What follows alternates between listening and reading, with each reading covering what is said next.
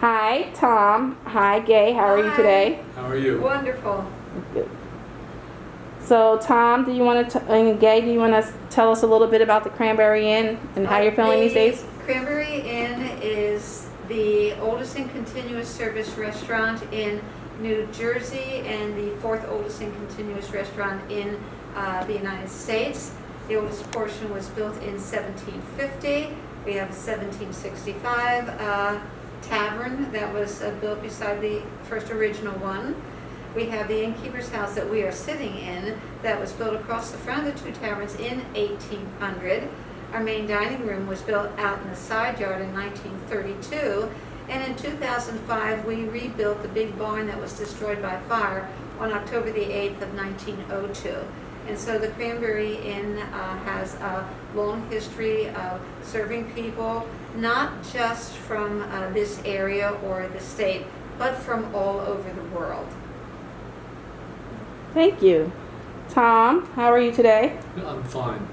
Do you want to tell me a little bit of how you're feeling these days?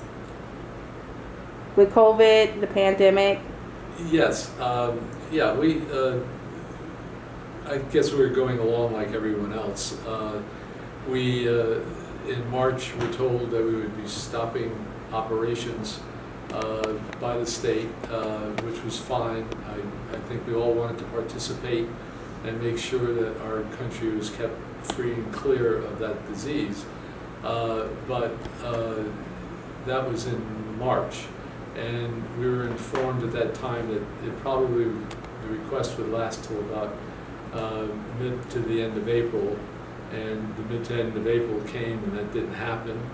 We were told sometime in May that might happen. That didn't happen. Then it became June, and July 2nd was supposed to be the big opening date, and that didn't happen. They said all along that we could probably get involved in outdoor dining, but for our operation, the way we do it, it doesn't afford itself the opportunity.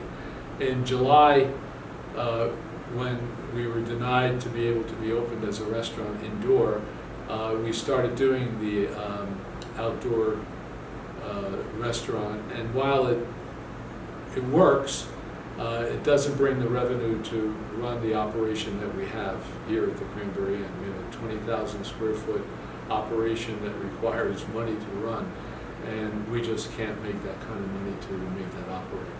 Now, because the inn has been here since 1750, it's been continuous service, never has stopped. This has been the most, to me, catastrophic thing. This is more than just a restaurant. It's part of our country. And I just hate to see it close down. It's not in me to take it lightly. And I've become very upset over what I'm finding. I'm finding that there is absolutely no communication with the state, with the governor, and with the associations that take care of us, and with us. Nobody seems to think that we don't have a real problem here.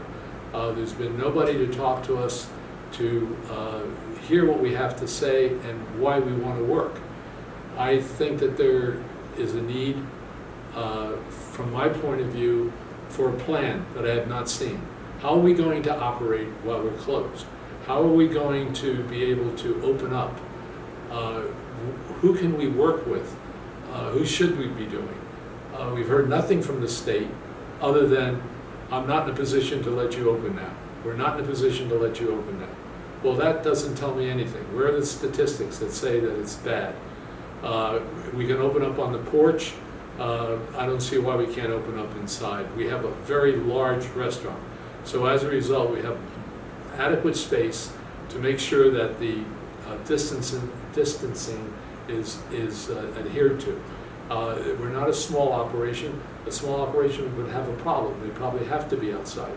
But we're large. But nobody has been able to evaluate this and say, you might be able to go. So we need a plan as a state. And what does it take to open?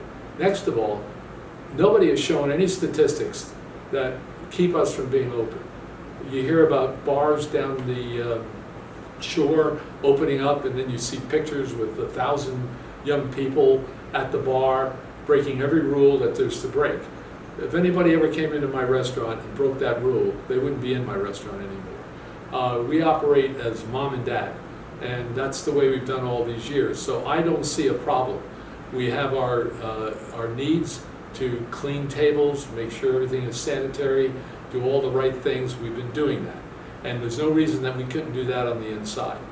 But we need to be adhered to. Okay, we have a capacity of about 640 people by state law. So we have more than enough room to take care of the problems. But we can't have people tell us what to do and how to do it. And that's been the state. And I know they got their problems, but there is nobody working with us on a daily basis to get us understanding. Second of all, we're going to need not just a plan, but we need to have some statistical evidence that says we're doing wrong. I've seen nobody from the Board of Health, we've seen nobody from anywhere to help us. So there's not a cohesive idea here in any possible way. So that's all I'm going to talk about. I'm very disappointed. I don't know how long I can stay in business intelligently. We're fortunate enough have put away money for the business, in the business, and we've been using that. We've received help from some of the vendors, we've received help from the banks, and we're making it. But how long are we supposed to be able to do this? Initially, it was only going to be 1 or 2 months, and now it's wound up to become, what, 6? Pretty much, from March to August. And you can't expect businesses to thrive like that. So we need help.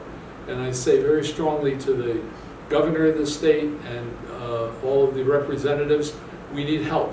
And I'm probably in better shape than most other restaurants, so we all need help. And I urge you to contact me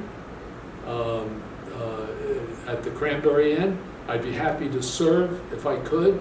I'd be happy to do all the things if you so needed. But this business of holding off, of not doing anything but telling us no, is not working.